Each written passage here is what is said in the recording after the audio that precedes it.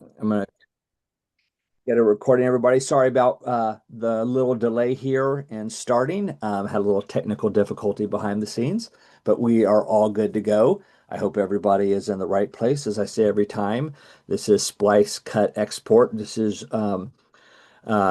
a webinar a couple months ago, I think back in February, called Intro to Videography, that Deidre, your presenter today, provided for us.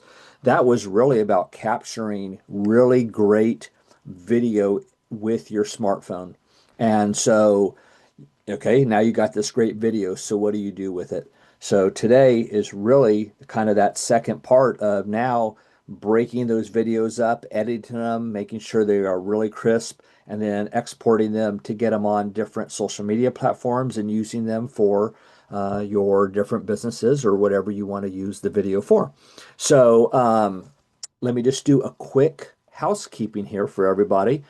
Just a little bit about us. We're Indian Dispute Resolution Services. This is our team. I'm Mark Thompson. I'm over here on the left-hand side next to Lynn Wilson, Micro Enterprise Development Specialist, Camille Coster, Youth Program Manager, and Heather Gomez, a Social Media Specialist.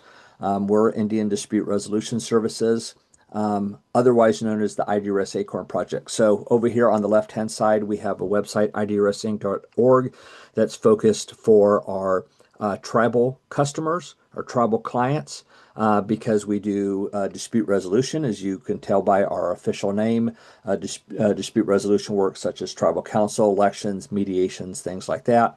But then about 12 years ago, we started a small business development program where we provide both in-community and online training and free technical assistance, otherwise known as small business counseling. And that's the IDRS Acorn Project. And so we built a website that is forward facing. Basically, it just means it's for you as a native entrepreneur. And that's at nativebiz.org.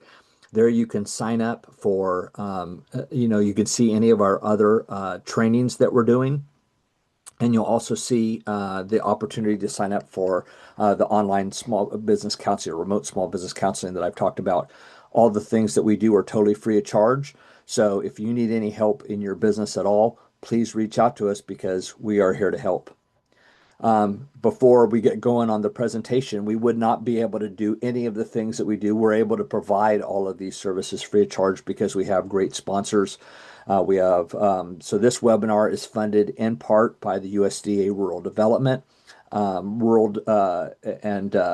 They provide us with a rural business development grant, and they also were a member of their Rural Community Development Initiative. We also have some funding from the California Governor's Office of Business and Economic Development, and also Frontline Solutions. And we have other funders as well. And so we want to thank all those great funders that allow us to provide the services that we provide. We are on the call. We would not be here without generous support from our partner, Talani Lake Enterprises. So what I'm going to do now is I'm going to turn it over to AJ Tapto from Talani Lake Enterprises to tell you a little about their organization and the funding that they're receiving from the Native American Agricultural Fund.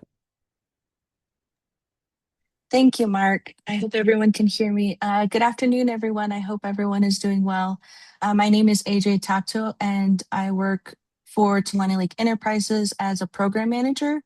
I am Navajo, Nez Perce, and Kiowa, and I am from the Tulane Lake community in the southwestern region of the Navajo Nation. And yeah, thank you very much. At Tulane Lake Enterprises, our mission is to cultivate healthy, safe, and prosperous communities by strengthening food, water, and economic systems for our Native communities, empowering our youth, and promoting Native cultural knowledge. And a lot of our programming, we deal with workshops and training, technical assistance and capacity building for Native producers, and that includes farmers and ranchers and community producers as well. And we've been in partnership probably for about 15 plus years now with Indian Dispute Resolution Services, and we appreciate the partnership very much, and we would not be where we are without IDRS's help as well. And I just want to say thank you as well to the Native American Agriculture Fund. for supporting our project as well and helping to uh, share these types of webinars with the community. So thank you very much. All right. Thank you very much, AJ. And of course, IDRS really appreciates a partnership with Delaney Lake Enterprises as well. Um, just real quick, little housekeeping before I turn it over to Deidre. This workshop, it'll run, between an hour and an hour and a half. We are on the webinar format on Zoom, so you can't automatically come off of mute and talk. However, we are going to be monitoring the chat box. So feel free to put your information in the chat box, or your question in the chat box, and I'll make sure to ask it to Deidre. Or if you would like to ask your question verbally, you can always ask to do that. Raise a little hand. There's a little box on there, and I can always unmute you as well. I could do it individually. So, um, yeah, and if there's any other things, any other links or anything, I'll make sure that those go into the chat box as well, so that you can just click on them, and we'll have those, any of the resources. So I think that's going to be it. So I'm going to stop my share. And so as Deidre is loading her presentation, I'm just going to just do a real quick, introduction, like I mentioned before, what we are here for, and what we had done previously. But Deidre is, one of the cool things that I have been really posting about every time I post about Deidre is she is a daytime Emmy award winning producer. So maybe Deidre will tell us a little bit about that. But she runs her own production company, does films and all kinds of different stuff. Has filmed a lot of workshops that Tulani Lake Enterprises has had. So yeah, we are great to have her. So she's from DLP Productions. Without further ado, let's turn it over to Deidre Peaches. Deidre. Yep. Hello everyone. Shay Deidre Peaches Yanishia, Todichini Nishle, Lokadene Bajashin, Ashihan Dashuche, Todichini Dashanele, Kinslane de Hoyade Nasha. I am a filmmaker and I run a production company called DLP Productions LLC. I've had my own production company since 2020, and prior to that, I was co-founder of Paper Rocket Productions in 2011. And so a lot of my experience comes from being on the ground. It comes from building community. It comes from learning from community. It comes from the stories within our homelands. And so I've been very fortunate to go and travel to different places and learn about different cultures here in the Southwest and also in Alaska and everything. And so just going throughout the so-called United States and going abroad, you definitely get a feel for like the people and the stories and how emotions can resonate. And I think with filmmaking, well, definitely with filmmaking, I've been able to utilize it as a tool to understand different cultures and also my culture included.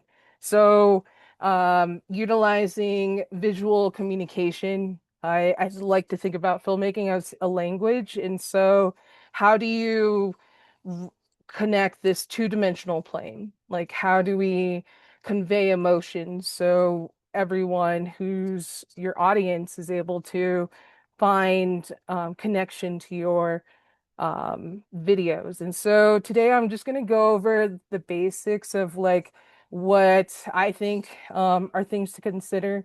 There's always room for growth in this presentation and just like in becoming a better editor, but this is kind of something like the foundation and bare bones of like what I think is included to create your own storytelling.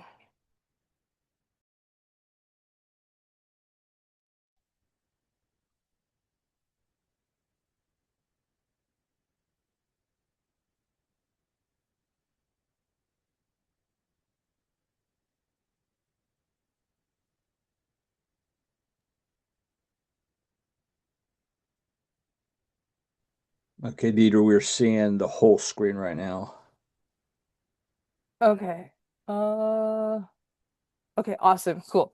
Oh, I just wanted to make sure like my audio was going. So oh, here yeah, is okay. Here's the screen. Okay. So we're doing got it. splice, cut, export, simple tips to make videos better for social media. And so when you think of like a checklist that you can utilize, story, you're the storyteller. Take your audience on a journey. Tools like mobile phones, desktops, editing software, solid state drives. Those are really important, especially as you continue to create more visual story content. Another question to ask is who's your audience? Who am I making this for?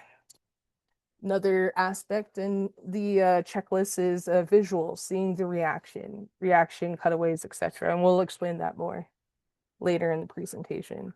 And another aspect you need to definitely take in consideration is getting organized. SSD drives, which are solid state drives, and creating your project files, folders, audios, video sequences, etc. It's really important to have all of your folders organized and put in a way where you can be able to find different media. And so we'll go through that later in the presentation. I'll do a demonstration on just like how to use Adobe and just like creating your project file and everything. So what is editing? So editing is video editing is the process of organizing, choosing, and combining various video clips and media to create a visual story. This can include video footage from productions, audio such as speech, music, sound effects, as well as text and titles or subtitles called supers. Photos, graphics, animation, correcting color and sound issues, and using creative techniques like filters, transitions, and effects to improve the final video. So, a lot of all editing programs they have the ability to utilize in one aspect or another what I had just mentioned. And this is kind of what you want to incorporate into your film in order to tell your story. And so you can overdo it with using too many transitions or too many filters and effects. So you have to find balance. And with all of this, like video production, there's a balance to it. And so we'll talk about that more a little later too. So what is the goal? Like you have all of this like footage, you have all this content, you're um trying to piece things together. Like this is definitely the question you want to ask yourself before going into editing and putting the footage on the timeline and everything is like you have to ask yourself, what is your goal? So the objective is to articulate emotion and convey feeling experience during a particular moment. And what that means is that as a lot of the examples I'll be showing later, I'm documenting, and you could be an entrepreneur too on the field. If you're a farmer, you can be documenting like a specific crop, and there's a lot of emotion that's tied to what it is you're depicting. So, say like you're growing tomatoes and your seedlings are starting to emerge from the ground. So that can be shown in a lot of different ways. And I think like if you're able to connect to how that is, like if you want to get like an extreme close up and seeing that on like a macro level, then you're seeing growth like taking up the full frame of your canvas, your video. And so that evokes a different emotion than it would be like from like far back with a wide lens where that little piece of tomato that's sprouting is a lot smaller in conjunction with your entire frame. So definitely like getting at ground level, getting in the perspective of what you want to show your audience is very important. So you have to ask yourself questions while you're creating your video editing. And so ask yourself a lot of questions when you edit. That includes the following. Um, or I'll come up to another slide a little later that goes into more questions, but there's a psychology to editing. And so apologize for my pronunciation, but I believe this is Zeigarnik, I hope. So what is the Zeigarnik effect? It is a cognitive bias where people remember uncompleted or uninterrupted tasks before or tasks better than completed ones. Named after Russian psychologist Bol Bluma Zygarnik, the effect was discovered in the 1920s during her study on memory and attention. And so, the reason why I bring this up is because when you're editing, there's always there's aspects that you want to create in your film that people can like really connect to. And I think one example that I want to mention is there was a show that was really popular in the early night or 2010s, and that was Breaking Bad. And so, like, a lot of times in the beginning of the episodes, they would have like a precursor, kind of just like a slight montage. Like, one in particular was the one where like this airplane is going, and then you don't know what's going on, but like essentially it starts off with like a cold opening where you see like the pool, and then you see like the bear falling into the water, and you see it kind of like singed up and kind of burnt, and you don't know why that happened, but then it goes into the actual story of the film of the episode. And so later you get callbacks to that. And I think in that aspect, you connect as a viewer to it because you're able to like, you saw something and then you're like, what's going on? And then it goes to the episode. And so later on, you're able to be brought back to that instance. And I think in a lot of ways that creates a huge connection between your audience and you as the editor. So that's the calling of like this particular psychologist and her interpretation of cognitive bias. So this is more of the example memory retention for finished task. So if you finish it, you just remember like a short, small, particular portion of your brain, but memory retention for incompleted task. So you're more likely to remember when motivated to complete it. So as an editor, like what's the motivation? What am I trying to create? These are always things that like you have in the back of your mind. So make your audience care about your story. And a lot of this is information that's kind of like psyching you up as like an editor, as someone who is going to take your audience on a journey. And it's important to know that you have the ability to um, capture the audience attention where they're like fixed on what you're saying. You can take them like their curiosity, and all of that is important. And so, you, the video editor, storyteller, has control over managing attention, evoking emotion, and sparking curiosity of the audience. And so, this is really important in just continuing to create the and then of a sequence of a video.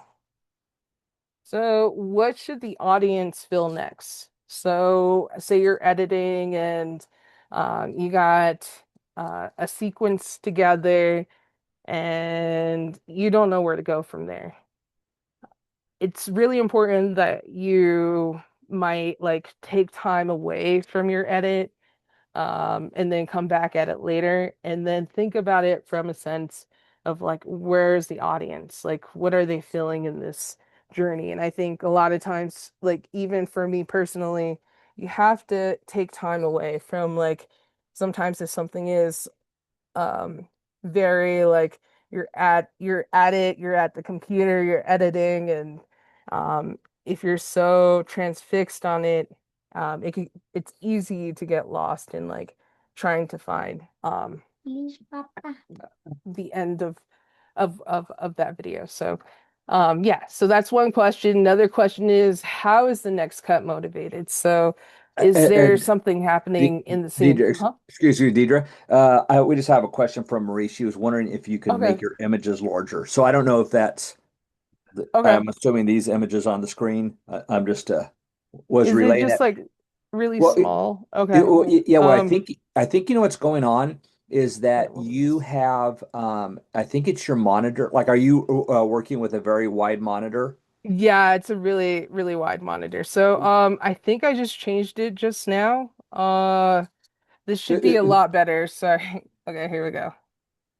I was gonna say there's also I see, yeah, because I was gonna say there's also a way where you could just share a portion of the screen too, but I think this might actually work. Okay. Yeah. Oh yeah, that's a lot better. Okay, sorry about that, guys. Oh, no problem at all.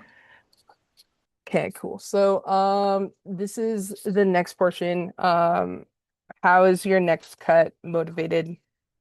This is really important to ask yourself, as you're continuing with your edit is just like, okay, what's left to explain if there's something that's kind of like not so much detailed, revisiting that. Those are really questions that you need to like ask yourself as you're editing a video. And then also, can the pacing change? And so sometimes that can be done like through adding music and adding maybe different sound effects and different footage too. And so that's another thing that you can incorporate that um, can definitely help in the storytelling aspect.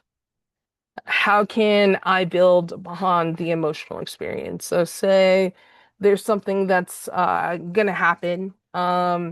Maybe it's almost gonna be harvest time. And so like how can you build upon like that time that everyone is gonna go into the field and like start picking the plants and vegetables and everything. So building that up, how would you do that? And so that can be a series of like different types of cuts and I editing techniques, and we'll go into that a little further here in the presentation. So choose your software. Um, Mobile phones, you have CapCut, IG, Reels, iMovie, Adobe Premiere, Video Editor. LumaFusion, I saw you can edit with. This one requires a $30 one-time purchase fee. Adobe Premiere requires a subscription. So a lot of these do require specific additional money. CapCut, if you want to get like their um, 4K version, you would have to pay money monthly for that. IG Reels, it's what's included into your Instagram, and so this one can be relatively used for free too. And both of these, like CapCut and IG, could be used for free. And iMovie is more like proprietary to the Apple products. OpenCut is a software that you can access on the internet. It requires an internet connection, but it is open source, meaning they're not gonna try to like ask you for money to use their program. And so desktop programs too. Adobe Premiere Pro, which is subscription based, and DaVinci Resolve, which is their non-studio version is free. And so lately I've been learning how to edit more on DaVinci Resolve just because it has a really good color correction interface. And so that's something that I've been challenging myself to at least learn the basics of. So this one is IG Reel. So this is kind of just like a video showing what the interface is, what's going to come up, the different audio. This is going to be your timeline down here. What I did notice from here is you can separate the audio. It's a feature that's a little further. It doesn't encompass this short video, but it's off to the side. So this is IG Reel. That's their interface. This is Premiere Pro. This is what I'll be demonstrating today. And we'll go through your viewer, we'll go through your effects, your folders, your timeline. And this one in particular is your lumetric color. And so when you're doing color correction, this is something that you would be able to change whatever you would want to in your final video. So what are the tools? So blade, razor, slice, cut. Lets you split videos and audio clips into separate segments at your current timeline marker. Keyframes, this feature animates video clips, text, and effects over time. Selection and arrow tool, it is your standard cursor or pointer. And the ripple is used to adjust the start or end point of a clip without affecting the rest of the timeline. So next we're going to talk about short keys. And short keys are really important as they expedite the process, expedite the process of editing. So a lot of times you can drag and drop, you can move things, but if you're able to use your keyboard, it can make the process of like trying to use your cursor, either that being like a trackpad or a mouse, and then, or even too, if you're editing, well, this would be particularly in the desktop and not so much on a mobile device. So short keys, we have the blade, razor, slice. And so this one, dragging the clip over, moving the cursor, pressing C would be your cut tool on Adobe. And so using these basics tools, it's basically once you learn from like one software, the same concept is applied in all softwares. And so either it be called blade, razor, slice, or cut, that's initially what it does. And so if you have a clip and you want to cut a particular portion, you would use that tool to make that cut. And a lot of that derives from the olden days when they use actual film. And so you would have like a splicer, you would cut your film, and then you would either, like, if you wanted to put another scene together, you would use actual tape and tape it on both sides. And so that whole process, like the principles of that is incorporated into newer editing softwares that we have today. So it's basically less manual than it would be using the actual film and cutting it together. Next one is keyframe. So keyframe is we have a clip, we put that clip, or this is going into the sequence. This is you're moving this over, we're cutting again, and then we press P, we set our endpoints or our points that we want. And so you see in that particular clip that we're able to fade it in. So I'm just going to play that one more time just because I was talking a lot.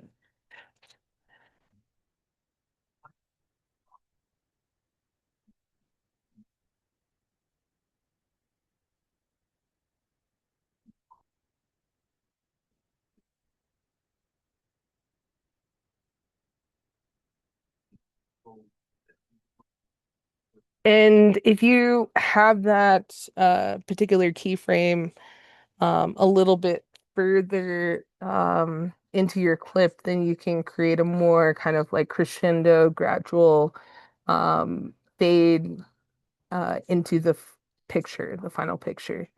So this tool is really important. Like you'll see in movies, sometimes they begin with a fade in. So, and that's kind of like used in the techniques and in the language of film is like, okay, sometimes I'll fade in, or even too at the end of a movie, you'll have like a fade out.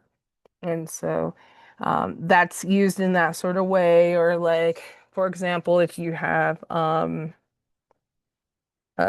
like sometimes like if the character has a dream sequence, they fade into white. And so you can use that same particular method to do that manually. Okay, so we did keyframe already. Let's go to the next one. The arrow selection tool. So that's what this is right here. So this is just like switching between the cut tool, the arrow tool, and where that would be on the keyboard.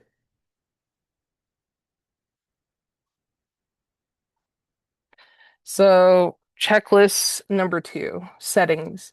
Making sure your clip matches project settings. A-roll is your primary footage.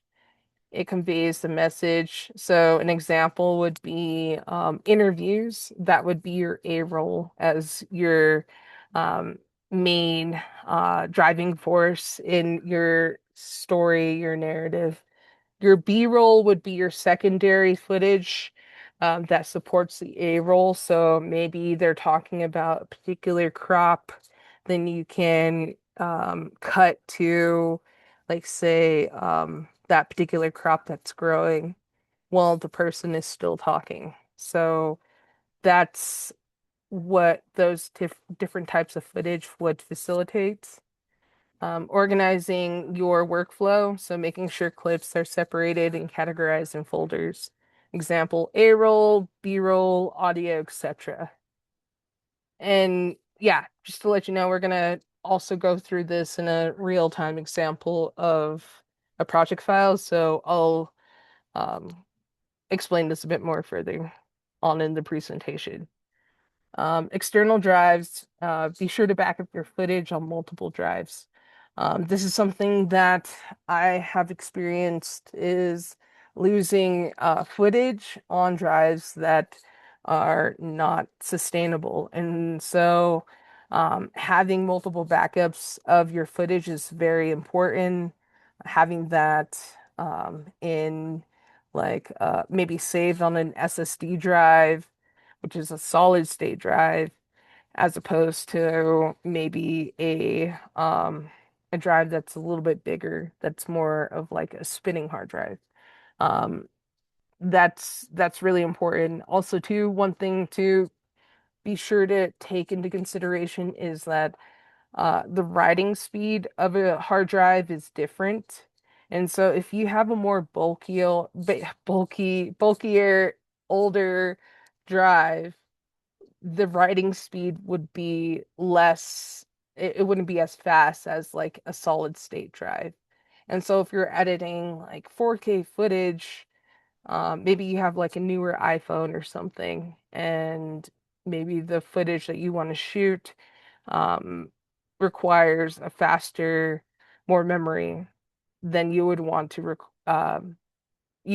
hook up an SSD drive to it. And one example is with like the Apple phones, you could shoot in RAW in Apple Log. And so that takes up a lot of memory. And so a lot of times they have phone cases where you can put the drives onto the actual rig itself. So what is the general workflow?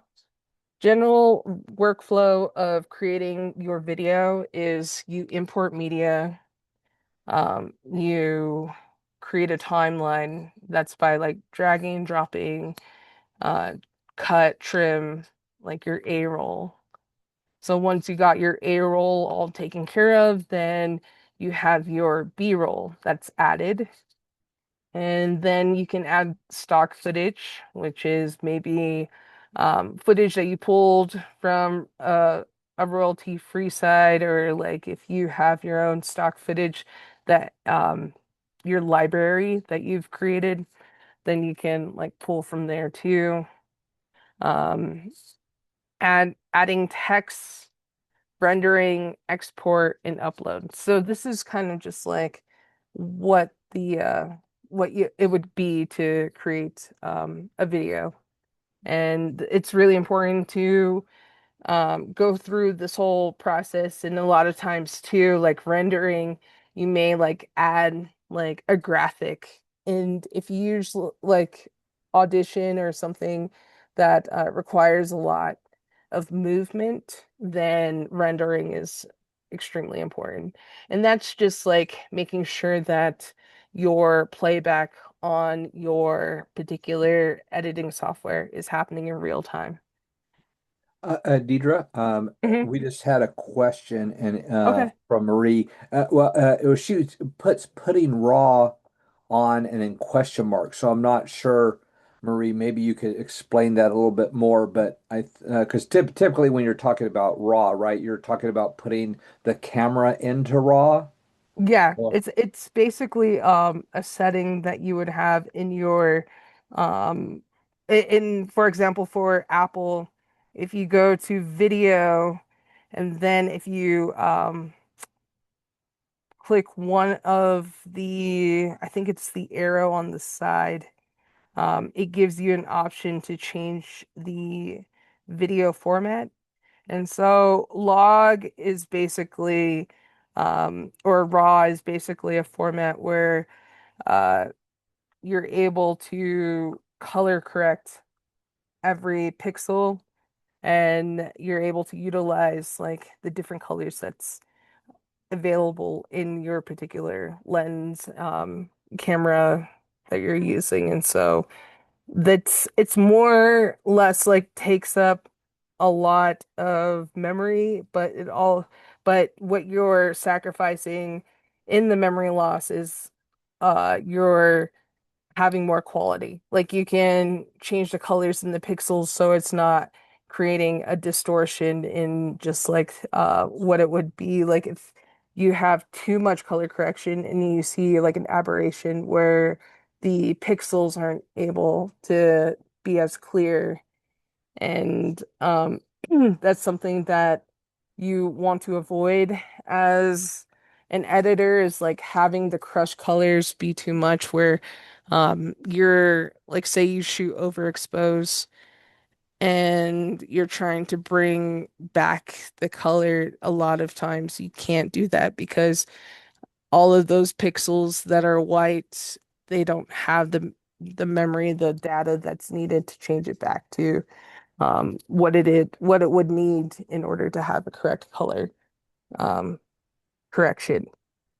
Deidre, I didn't Uh-huh. want to stop you because I think that's a great explanation for anybody that wants to know why you put things in raw. We actually had we were doing a workshop, a photography workshop, and the first thing that the photographer that was teaching the class came ahead, everybody put into raw. Most people didn't even know how to do it, but then they don't even know why they're doing it. So I didn't want to stop you there. But actually, what Marie was wondering is, and I mistook the question. She wants to know where to store it. So I think you were mentioning storing your raw files somewhere, and I think she needs a Yeah. little bit more explanation on that. Oh, okay. Yeah. Sorry about that. So, how you would store it is you would plug a hard drive, an SSD drive, which requires USB-C. You would put that to your phone. So you would just use a USB-C cable to USB-C cable, and then you would use the port that's on the bottom of your phone, your charging port, and you will plug that in to the hard drive. And so from that, you're able to have more data, you'll have more memory, and then you can shoot in that Apple log raw format. I hope that answers your question. Oh, yep. She says thanks. All right. Thank you very much, Deidre. Okay. Yeah, no worries. So, continuing building a strong foundation. So, cutting up interviews and then adding B-roll. So, An example of that would be if we go to here, and this is going to be in our example. And we have an interview with Nate right here. So Nate is going to be our interview. And then we have an interview with, let's see, I think we have also Tyrone. Because I know he was mic'd up, so we're just gonna hear with Nate's audio, Tyrone's audio, but let's see if we put reveal in project, and I think it's right here. Oh no.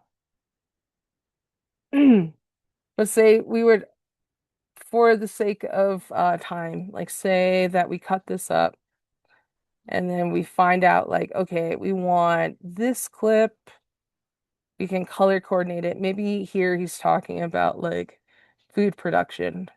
So we'll color it this. He's talking about food production here. So we'll label it same sort of color. And then maybe here he's talking about his own farm. And so we'll have that color coordinated. So all the portions that we don't need, we can delete that. And so that's simply just clicking, highlighting the particular clips and pressing delete.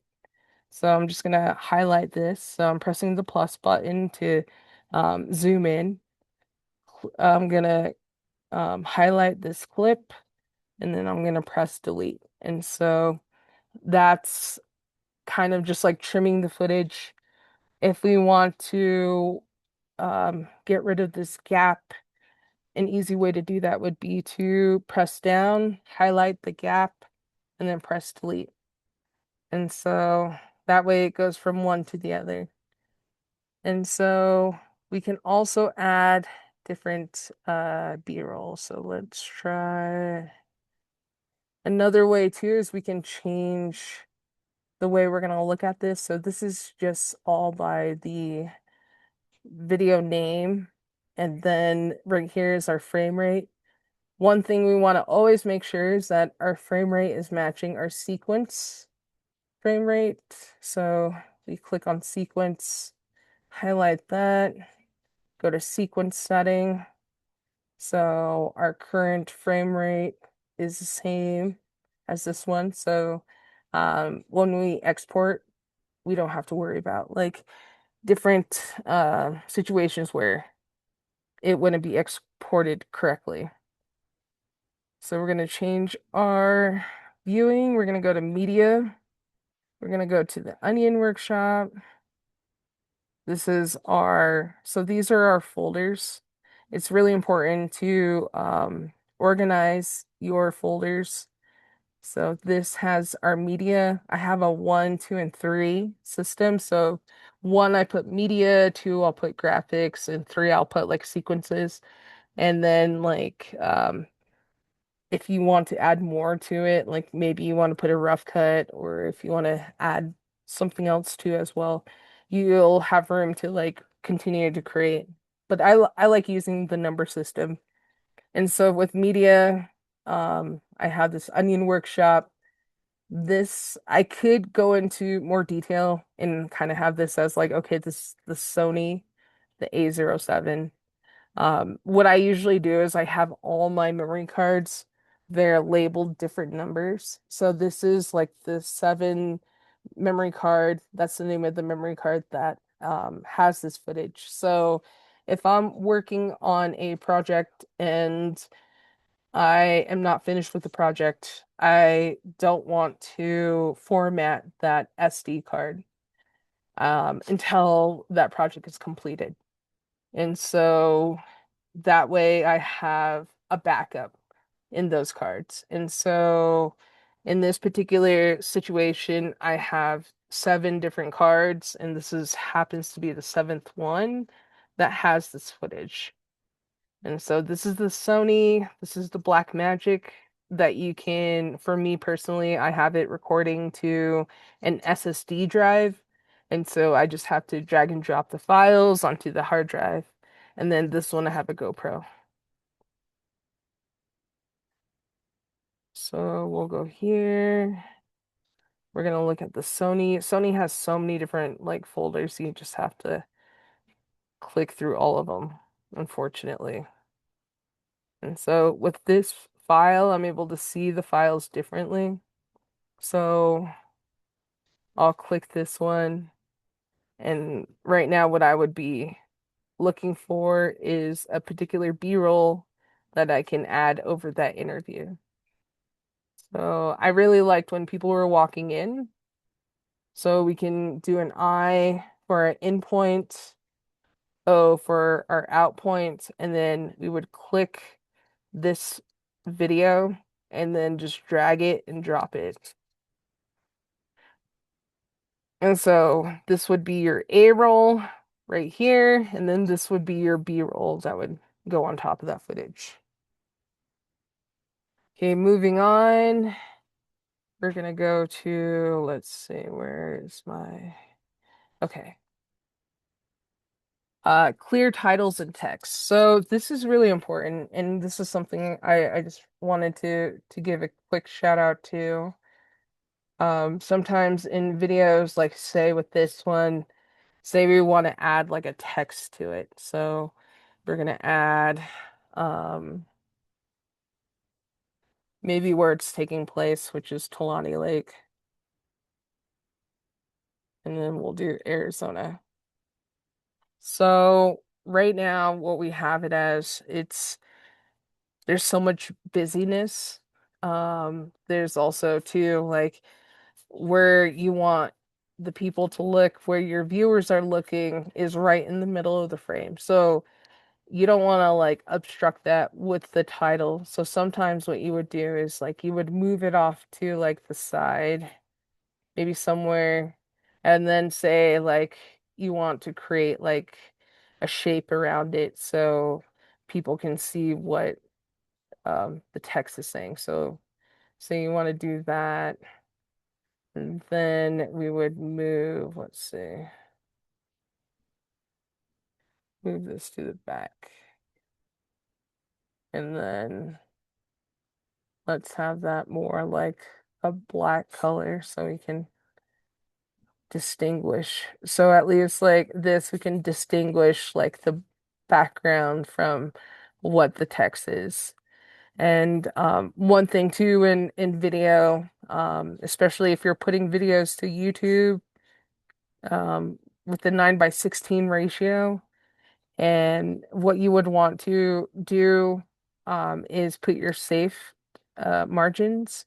And so this is just telling you like sometimes like the TV or laptop, maybe they'll crop in a bit. And so you want to be sure to like put your text and your video kind of like, I would say like not like over here, like more towards like this inner square that you have. Uh, it's so much different editing on here. Let's see. I gotta zoom in. There we go. Cool. So that would be like putting text that you're able to read. And also another thing too is like you don't want text that's like not legible because if you have like text that's really difficult to read, then like people won't be able to like see what you're trying to. So sometimes like not so much there, but like something crazy. Let's see. Ah, yeah. If you get something that's just like super like um that takes a minute to read, that can be really um just challenging for the audience.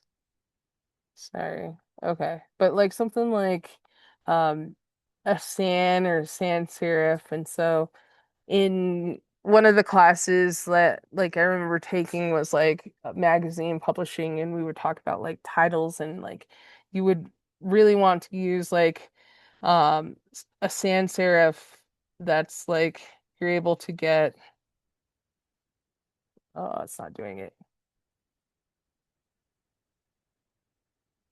Like it's not having the indentions on the side. It's more easier to read. And so this would be something that is easy for your audience to read rather than it being like some crazy like Halloween like font.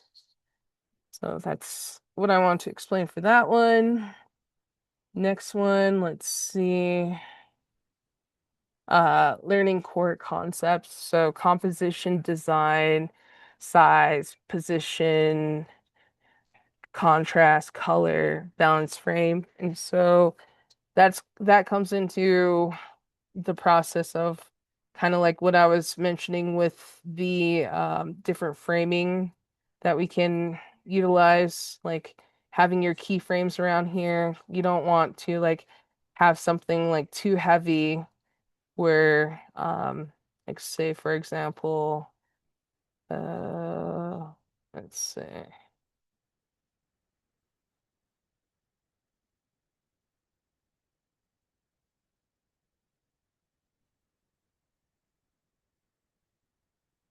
like for color, like this is super overexposed. You're not really able to color correct this to something that's more natural. And so that's something when it comes to color, you want to be aware of that. If your frame, like say, let's see, maybe this one, for example, like say if this framing were too much to like the side or something, and you're not getting like enough in frame, you want to like make sure that you take into effect like rule of thirds. And so rule of thirds are basically um, the golden ratio that like Michelangelo and like all these artists the like what's appeasing to the eye. And so say like this is all equal and then we have like lines coming across here. A lot of times you want your subjects to hit these corners of the rule of thirds. And so that's something that like they say is like really appeasing to like your audience. And so say we want this to take up less of the frame, maybe just like this half. And so we could like move this over. So it's like, where's your eye drawn to? Like, do you want to be looking over here? Do you want it to be like them centered? And so like if you want your audience centered, you would have them there. Maybe if you want like a lot of negative space up here, that could be interesting. If you want it like negative space like from the bottom, then you would have to like zoom in with this particular clip and then have it fashioned in a way.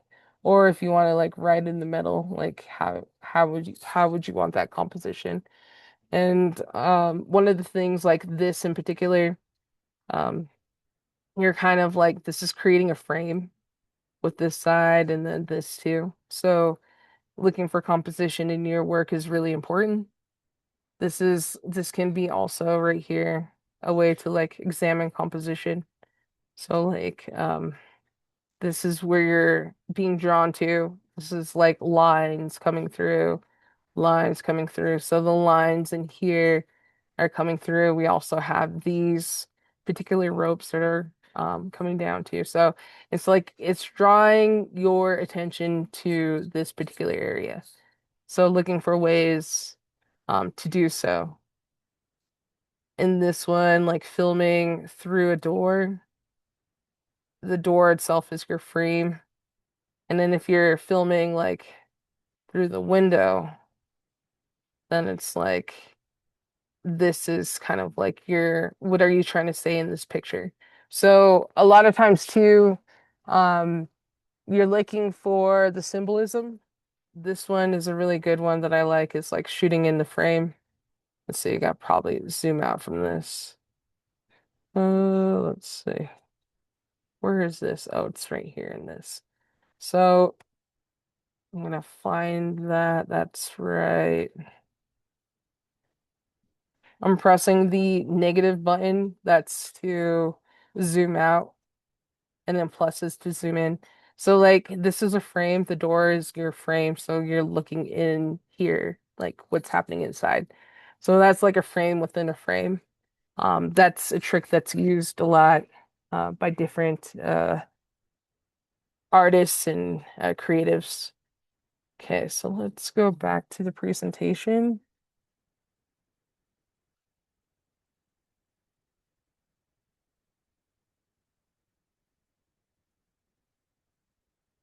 Okay, this is kind of what we mentioned, photographic fundamentals on the 2D plane. Your eye trace, where do you want the audience eyes to be, action, the same part between shots, montage and match cut. So montage and match cut, we'll talk a little bit later, but like say, for example, where our eyes are right here, we're looking into um, here, and then we want to do a cut of something that's particularly similar. So, let's see. I think the closest one I saw was just maybe this.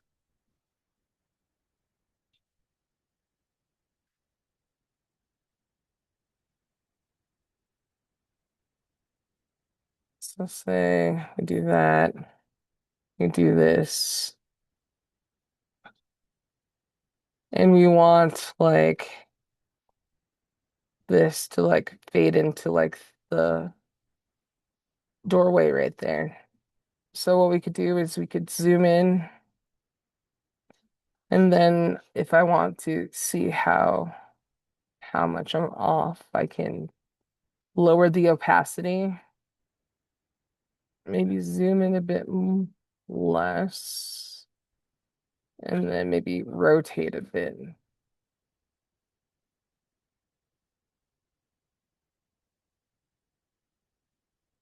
So from here, it can go from maybe you still see like the door frame,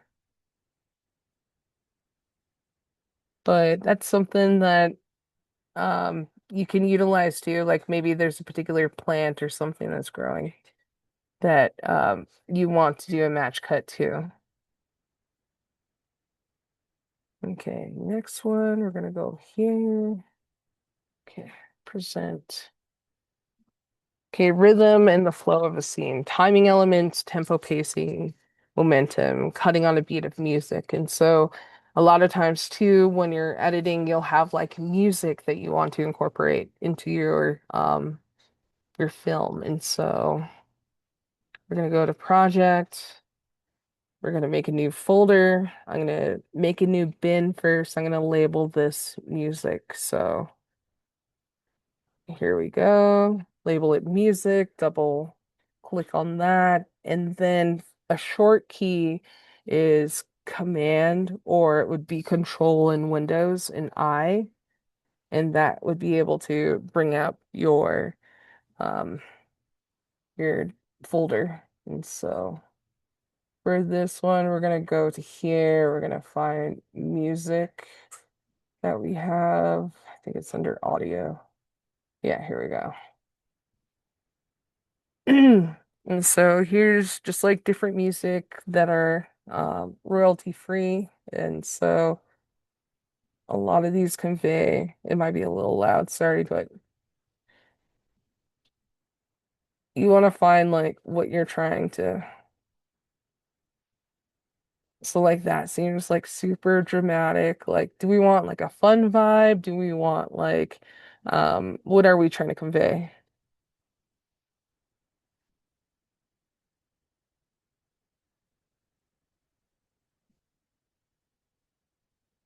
And so I'm just pressing spacebar to,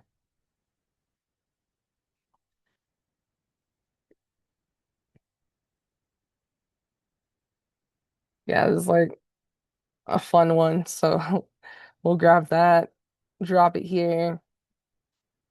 And so what you can do is you can look at your audio file right here, and you could press like a marker. You press M, and then it marks it right here. So say you want your B-roll to start right here.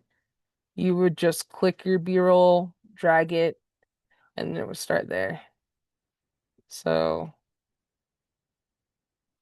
and then maybe you want to like cut back afterwards. So I'm just going to press C, cut it, and then I'm just going to delete this one. So um, I click it and then press delete, and it's going back to the other one.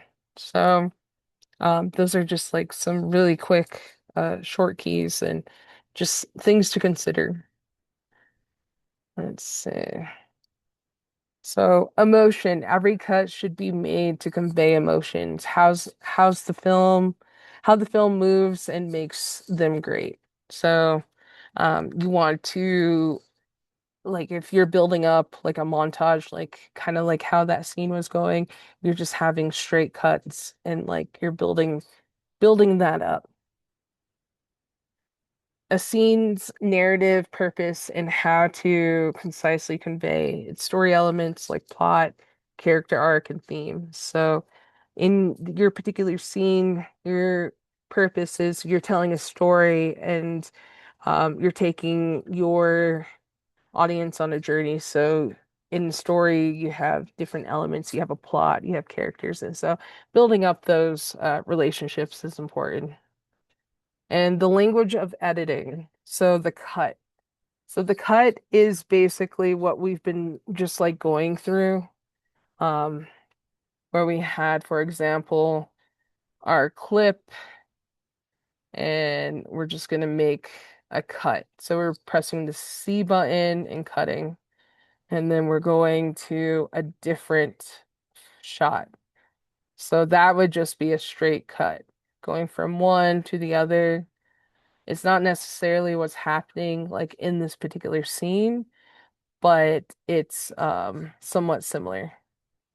And so they could be like non-related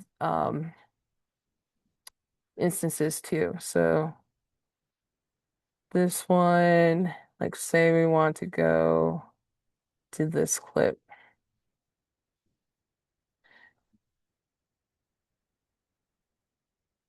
So this is like a low angle, and I'm gonna press I to initiate my in point. And then I'm going to press O to initiate like an out point. So we'll go from where it's a lot steadier. So before it gets all, it jerks a bit, we'll start from there. So what's happening here is it's this file is bigger than the sequence. So it's zoomed in. So one way to change that is you can pressed on the Mac, you press Control and you click. So I go to the clip, I push down Control and I click, and then I go to scale the frame size. And so then it makes it, you'll see the top and bottom, and it's not zoomed in as much. And what to alleviate this, we would have to zoom back in to make sure it covers the frame. So that would be a cut. The next one, let's see, a jump cut. So a jump cut is used to go from one instance, like a segment or shot that has been removed, and a separate one ends, and it kind of just like brings back um, a sense of time too. So like a lot of times a jump cut, like for example, like a lot of YouTube videos. Like say we have a talking head. So say we have someone talking. This will be our example of a jump cut.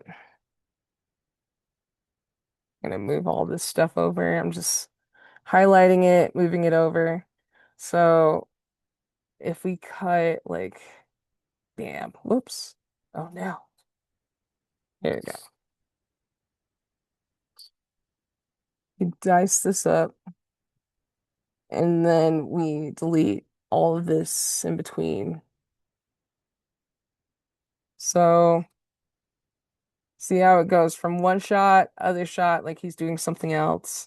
And then like it's like jumpy. Like a lot of times in like YouTube videos, like if people are um like taking out the ums or if they need to re-explain stuff, you would take out the ums. And so like right here, there's dead space right here. So you would delete that. And the fact that like it seems like he jumps from one to the other. Like if he's looking to the side,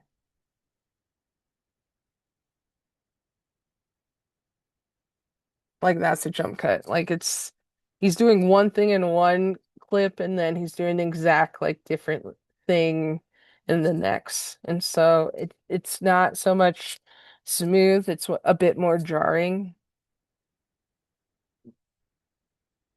Okay, next one, a match cut. And so match cut is kind of like with that door frame that I was showing earlier. Putting those two together. Uh, let's see what can we pull from here.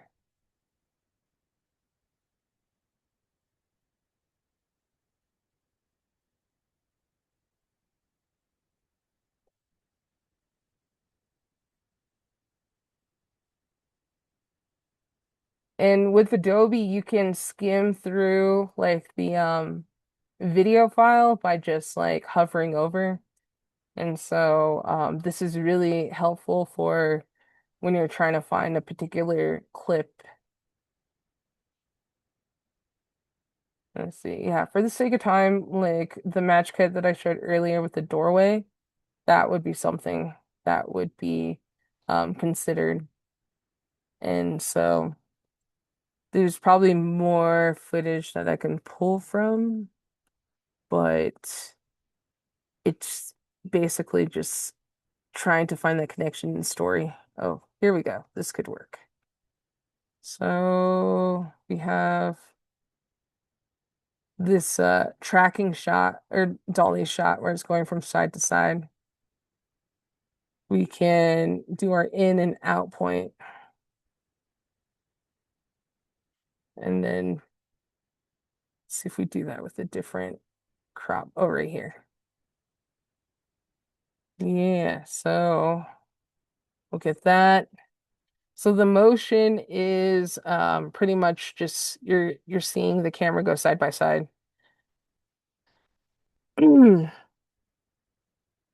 So it's going from right or from left to right, and then this one's going from left to right.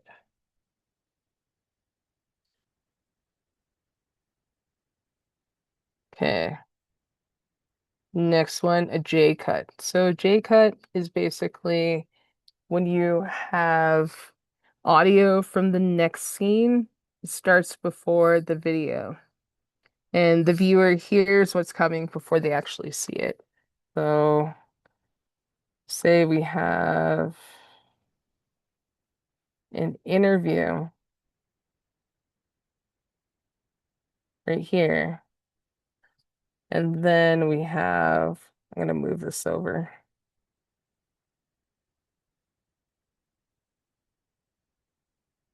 So we're going to hear the audio from, let's see if there's something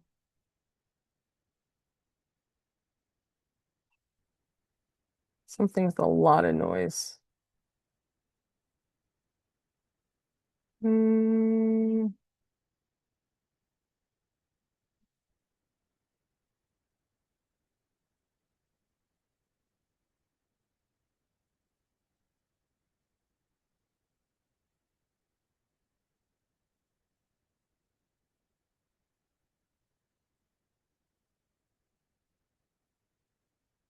So putting soil into these planters. So the cut would be if we hear the planter audio before we actually see what happens. And so what I'm doing is I'm going to move the video file and then have the video where the audio is underlined.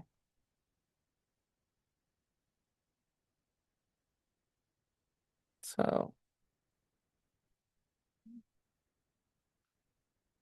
so you hear the second clip before you actually see the footage. So that would be an example of a J cut. And it's kind of like a shape of a J. And so the next one would be an L cut, where the audio from the current scene continues even after the visual gets cut into the next. They create a smoother kind of like natural flow, especially in conversations. Audience grabs attention on the emotion and impact. And so that would be like, it's just the reverse of this. So in this instance, like say we have, and press Option, move this over. Now I'm just going to have this go over here. So the person, Nate, in this situation is going to continue talking, and then you're going to hear his audio while the B-roll is going. So you see the visuals, but you still hear him talking, but you don't see him talking. So that would be an L cut. And y'all know this one. This one's a fade, the next one I'm gonna do. So we're gonna fade to black. What we're gonna do is use our keyframes, which is P, and then we're setting our keyframe key points. And then this way we get this fade. Another way you can do it that may be a lot more simpler for you would be using this right here. So I'm just going to go back to my arrow tool, which is pressing V, and then I'm just going to move this over. So this is can be done as a cross dissolve, but it can also be done as a fade or it fades to black. How it would cross dissolve, I'll show you a bit in the next. We're coming up to that next slide. L cut, fade, we went over, dissolve. Okay, here we go. So dissolve would be putting two clips together and having it go dissolve into the other. So I just have it as my default, and we have cross dissolve, so it's just going to dissolve into the other. So the importance of a dissolve is just like instead of fading into color, it fades into a new shot. It's used to show passing of time, either within a scene or from one scene into the next. Okay, the next one we're gonna go over is cutting on action. And so cutting on action is basically if there's like with this scene, he's putting soil in, and then we just like cut and find something similar to. Let's go to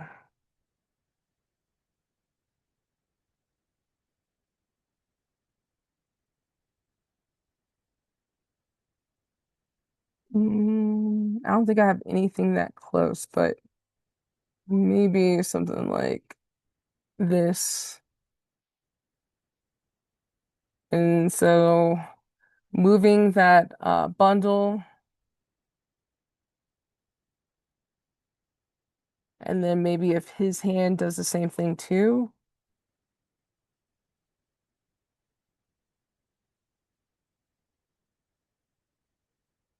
lifting. So he's like lifting it up there. So I'm gonna mark that. And then maybe he lifts right there. And then we'll zoom in on here. And a lot of times too, if I'm like trying to make it like a match cut, I'll lower the opacity of like one clip so I can see it overlaid on the other.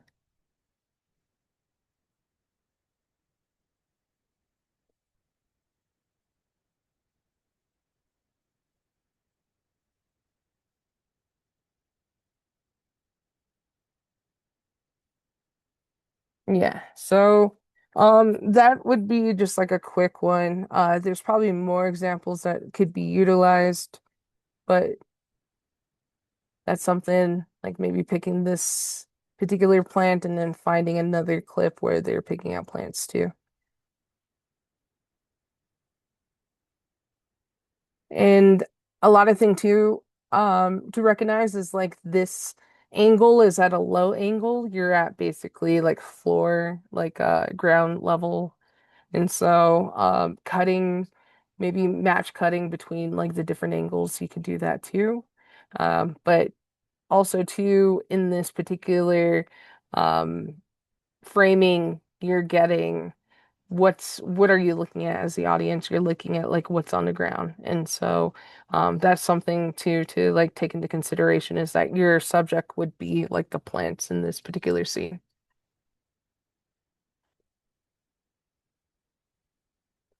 Okay, cross-cutting. So cross-cutting is basically cutting back and forth between multiple scenes at the same time. Purpose is it allows to easily tell the story at the same time. So a quick example would be like if two characters, like people were having a conversation. And so say we have the interview of both Tyrone and Nate. And so if they were like talking to one another, like how would that be initiated? So it would just be like you would cut from one talking head to the other talking head. So going like from here and then talking here, like if they were having a conversation. So this is just like a quick example of what cross-cutting would be.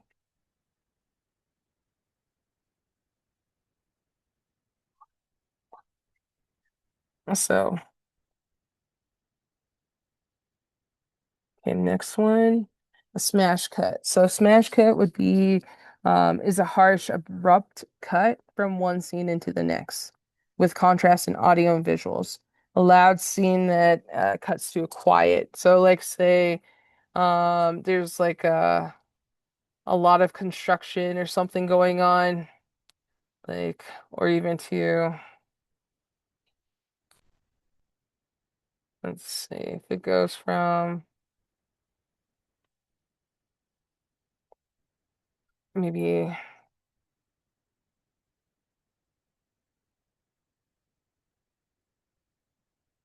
hmm, I don't think we have anything that's like really loud. But if we went from like a quiet scene to a loud scene and it happens abruptly, that would be considered a smash cut.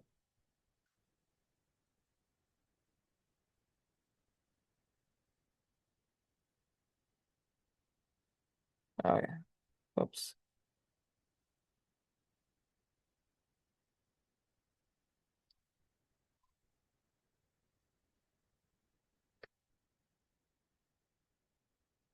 Okay, so something like that, like you don't hear anything from here and then you hear something from here.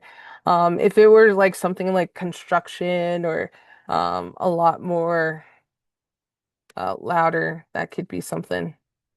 But this whole process, I think, like um, is it was very like chill, and so I'm not gonna find any examples of like anything loud in those takes. But we're gonna move on to a couple more slides. Just have a few more left. So assembly techniques, utilizing the cut into a sequence.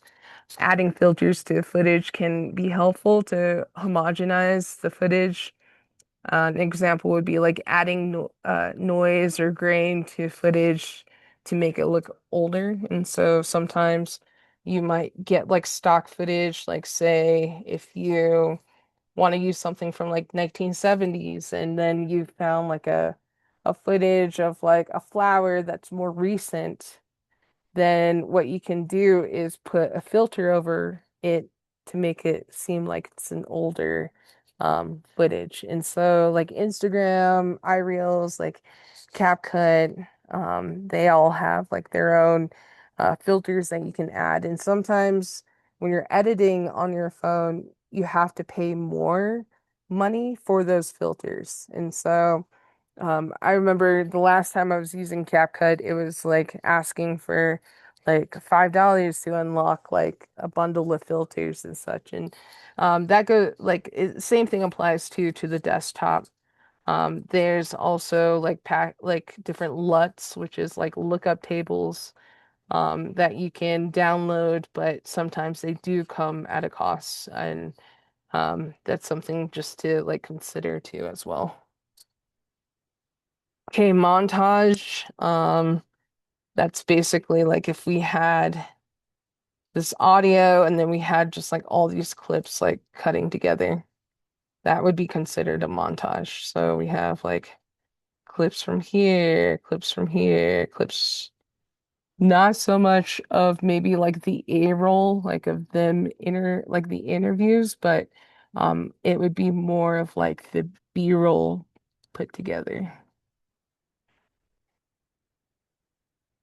So planting, we have a picture, we have looking at different vegetation, and then we could have like this too, and then we could have just like the audio underneath it.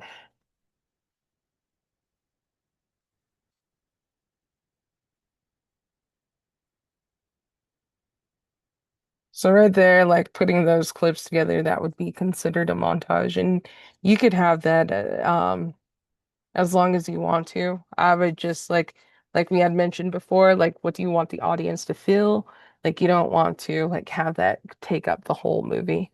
Another thing to consider is sound, clear dialogue, sound effects, Foley, and music should be all balanced.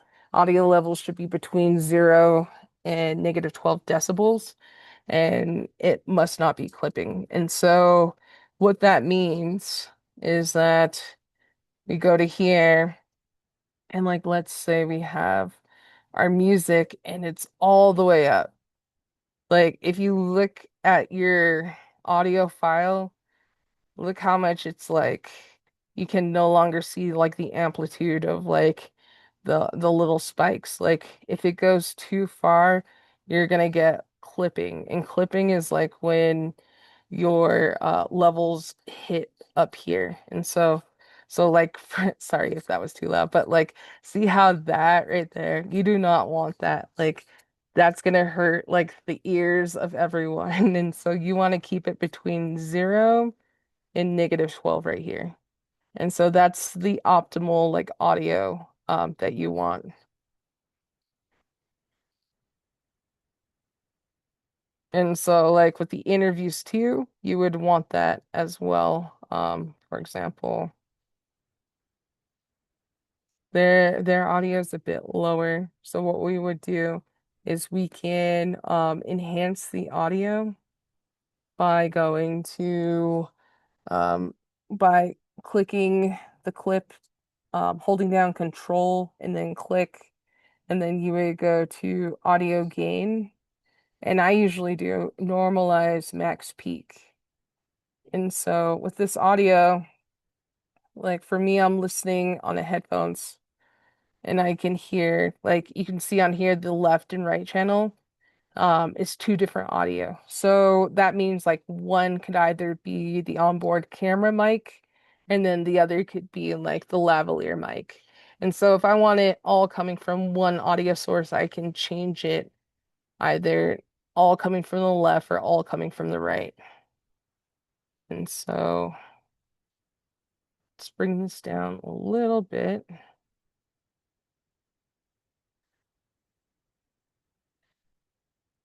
So,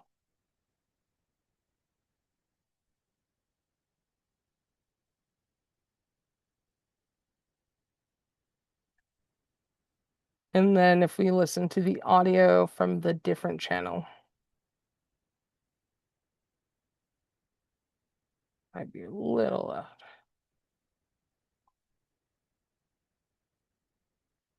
So the first one, when we had it coming from the other side, you hear the audience, you hear people in the background.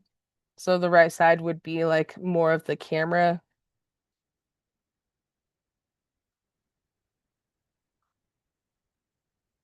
Uh,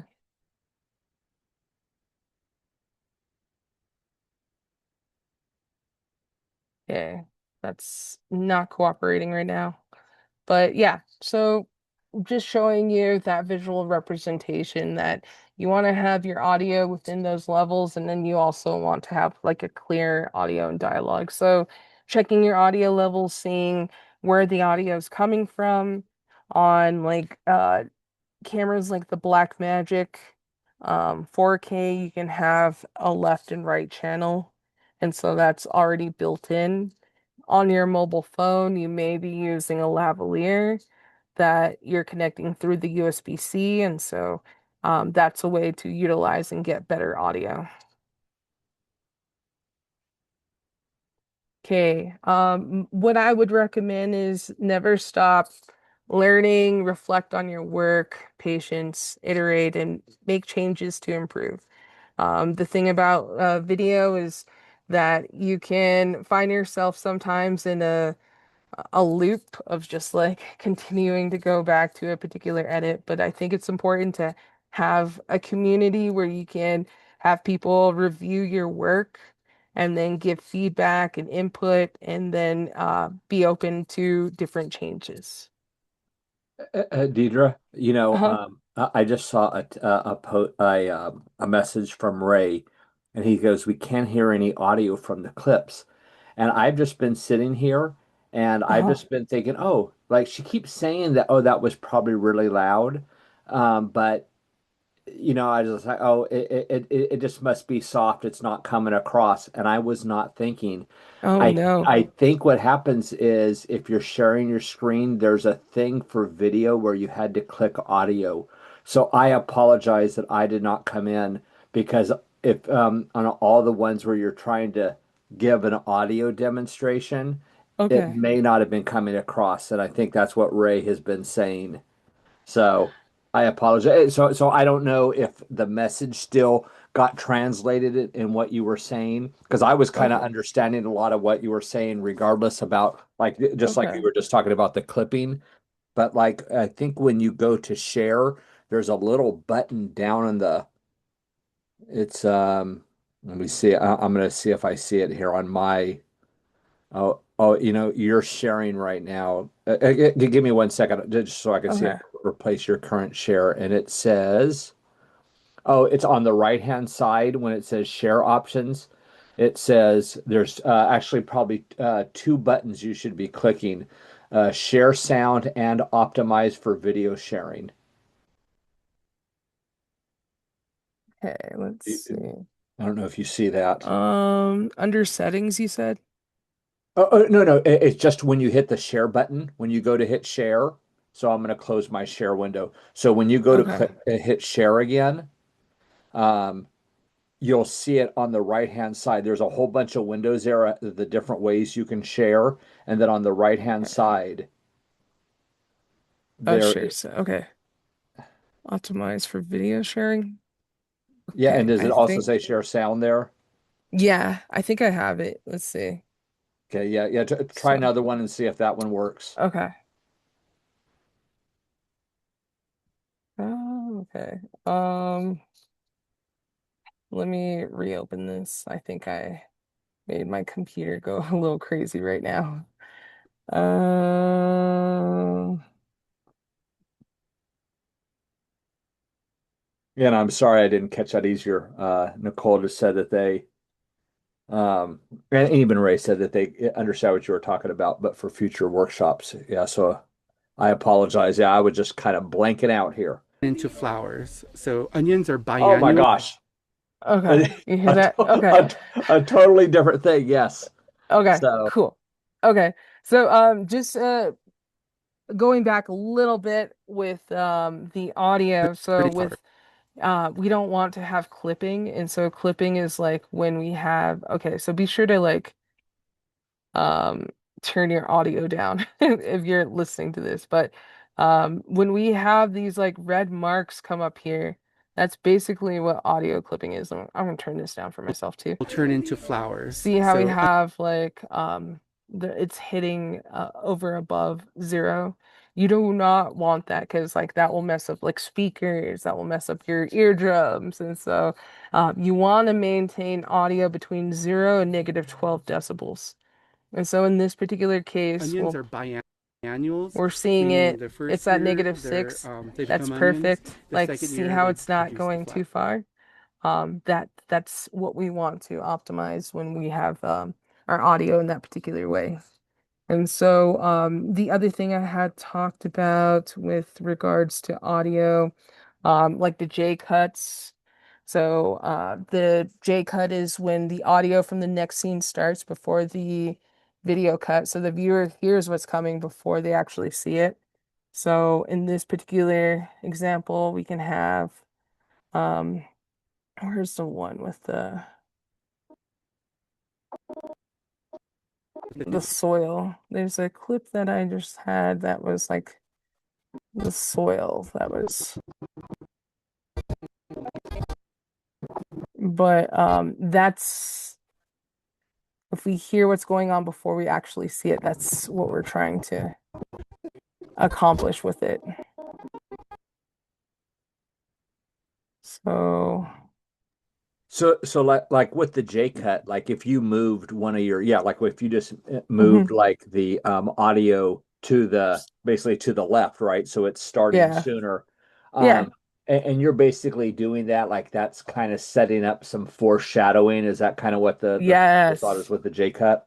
exactly. Yeah, that's exactly what it is. You're foreshadowing what's coming next. And so they're talking, and then if this scene were a little bit more louder, that's what it would be foreshadowing. And so that's a J cut. It's the shape that it makes. That's what it resembles, and so that's why they call it a J cut. The L cut is just like the complete opposite. So it's like you would hear like for example, the person that's talking over the B-roll. And so maybe they're talking about these onions right here. And so this one doesn't have our video linked up or audio linked up, so I'm just gonna find it really quick in our project. Just gonna re-grab it, bring it here. So then we have our video right here. So for this particular example, we'll have um, the audio from this start later. So what I'm gonna do is press Option, click it over, and I'm just gonna take this over here. So they become onions. The second year they produce the flower. so yeah, so that would be an L cut. And we still hear the individual talking, and then we actually see this footage right here. So that was the other audio portion that I wanted to share that we probably didn't hear earlier. Yeah, so the next one where I'm at in the presentation is just going over this. You want to make your audience, you want to make them care about your work. Mastering the mindset, like what I had mentioned earlier with like um, the psychology of like what you're what you're telling the audience and your ability, like as an editor, you have their attention.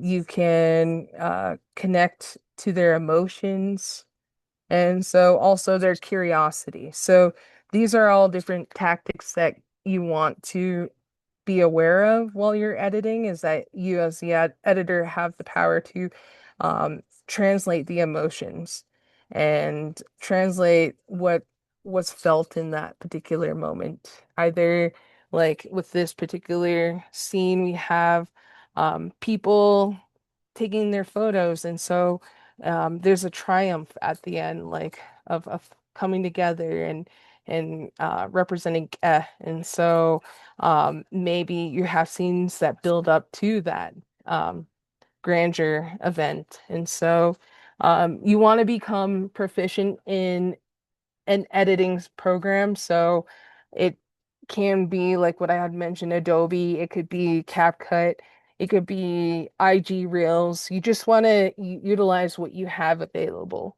That way, when you want to dive more deeply into the editing software, you at least get the basic principles of okay, this is my cut tool, this is my selection tool, the things that we mentioned before.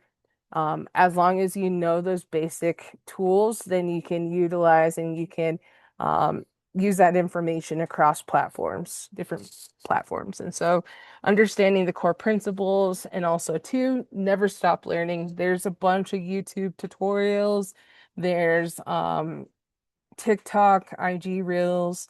Sometimes in my free time, I have like a bunch of videos that I have saved on my Instagram where I have it saved under like editing. And so if I have questions or like if something was explained in a way that was better understanding, then I would revert back to like that particular video. So yeah, always know that there's always room for growth and like yeah, and be kind to yourself too. Like you don't want to overly stress about different things, like giving yourself like moments of brevity where you can walk away from it and come back to it is really important. And I think that translates into the final product that you produce. So this is references, just like different resources that I had incorporated into the presentation. And thank you. Thank you everyone for your time and attention. And I look forward to hearing from you if you have any questions and everything. Okay, all right. Thank you very much, Deidre. That was a lot. I'll tell you, it was like I was like my head was swimming. There's so Oh much. no. Uh, but I actually had a couple of questions, and if anybody Okay. has any other questions, please in the chat box. I think one thing that people will always ask, are you willing to share their presentation? Now, I know you're doing a lot on editing, so but at Mhm. the end you had a bunch of links, so that might be helpful for folks to get Yeah. some of that education because that was actually where I was going to be is like, where do you learn? And so you had a lot of good information there. Um, so, but one of the things I was also thinking about is, there's going to be folks that, some people we meet out in Indian country, they don't even have a computer. So how about editing on a phone? I know it's always better, with a computer, especially when you're doing when doing this creative work. But any suggestions for editing on a phone? Because I know you can do it like some of the social media platforms and stuff. They have Hmm. some editing tools built in. I'm sure Apple has some editing tools built in. CapCut, I think, has an app for your phone. So is it kind of just the same principles? You're trying to do the same principles like you're talking about here on the desktop, but you're just doing your best with how you can do it on your phone. You're just not able to do it as easy as you would do it with a keyboard and a mouse. Yeah, that's exactly right. Like when I talked about the blade tool, the cut tool, splice tool, in the presentation, those are basic tools that are at least like utilized in mobile editing. And so the amount of tools that you would have is just very, very basic. And so, but the same principles apply, like having the arrow tool and moving it over. It's just utilizing what you have.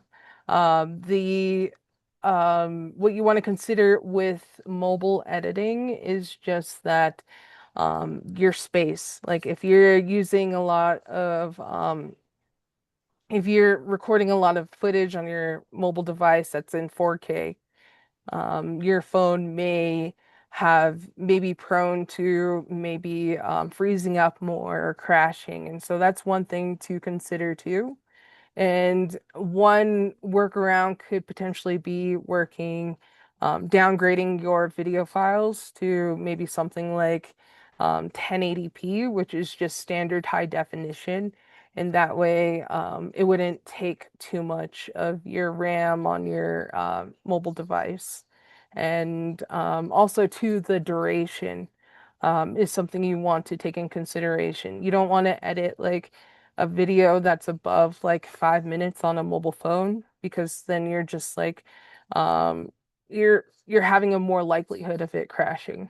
And so with like TikTok videos, Instagram Reels, a lot of them are like 90 seconds to 3 minutes, and I think that's a really good um attention span for your audience to see whatever video you're creating. There's been a lot of studies that say like the average like time of an audience member is like between 3 to 5 minutes. That's to optimize like attention span, even less than that too. But in any case, utilizing just cuts that are a bit concise and knowing that okay, I'm going to cut from this one to this particular shot. Knowing that that's what your end goal is to create something very concise is really important. Otherwise, you're just going to have like long clips, and then you're just going to like you're going to lose the audience's attention. Yeah, and one of the things that I was really thinking about, so because I tried this actually the other day, I wasn't really doing much editing, but I was videotaping.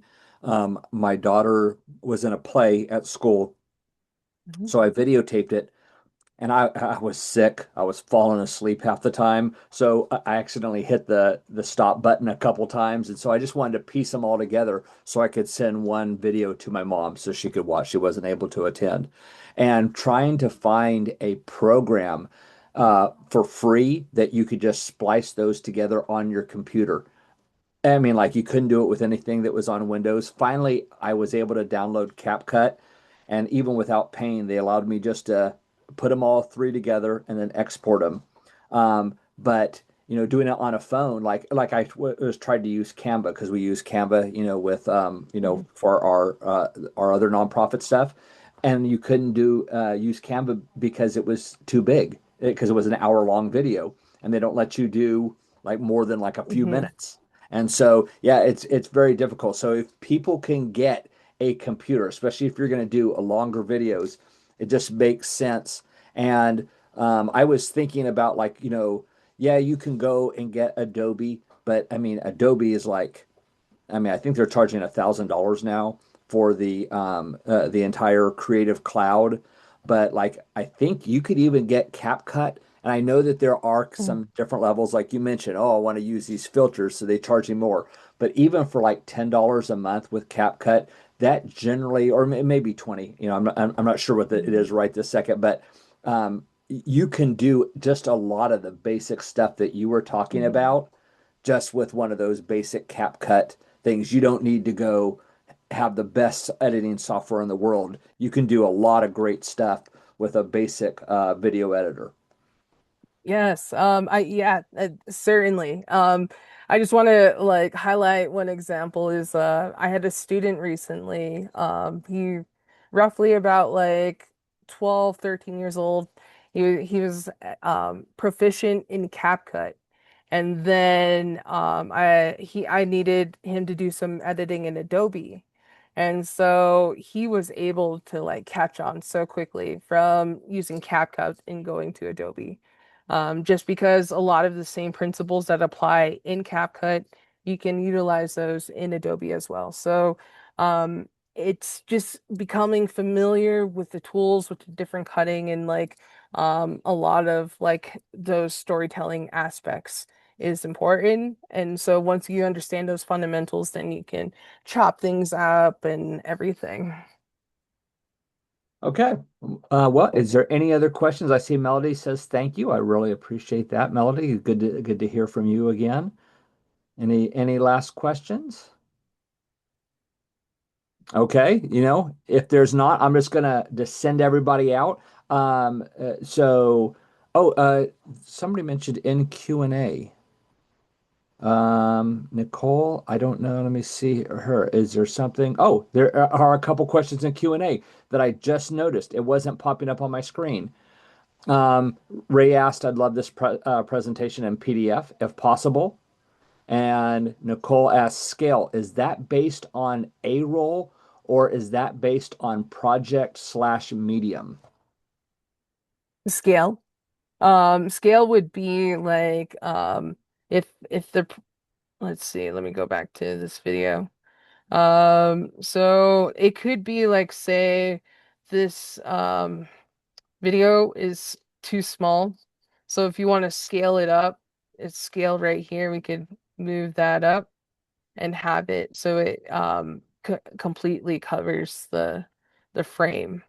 And so that would be an example of scale. Okay. Nicole, I hope that answered the question for you. Um, and I am just putting a couple links in the chat box. So earlier, AJ put Deidre's website in there, and I'm going to pop that back in just a second. But I just threw in the so I mentioned earlier at the beginning of this presentation nativebiz.org, which is our website. And I mentioned that not only do we do training like we're doing today free of charge, but we do free small business counseling. So if you guys would like to take part of that, you have questions, follow-ups, maybe Deidre, we could Mhm. pay Deidre a little bit of money to assist you if you had an editing project or something that you need help on. So please reach out to us for that. Also is the IDRS Acorn Project, our Facebook page, facebook.com/IDRS Acorn Project. Because I was going to mention we have other trainings as well. We are in the middle of a ResRoots series, and basically ResRoots is just doing small business on the res. And that's hosted by Heather Gomez. I mentioned earlier, she's our social media manager, and that is going to be on Tuesday at 2 p.m. Pacific, 3 p.m. Mountain, 4 p.m. Central, 5 p.m. Eastern Time. And you can find the registration for that at the Acorn Project. And of course, I will put Deidre's website back in the chat box there. And so if you want to learn more about Deidre or reach out to her, there is her website. And please reach out. I mean, she does a great job, and I mean, so many great things we hear about her on Navajo. So, um, yeah, thank you very much, Deidre. It was a wonderful presentation, very informative. I think one of the things here, like I'm sure a lot of people that were on the call, it was so much information that, I'm going to be sending out the video here in the next couple days once it goes through its process.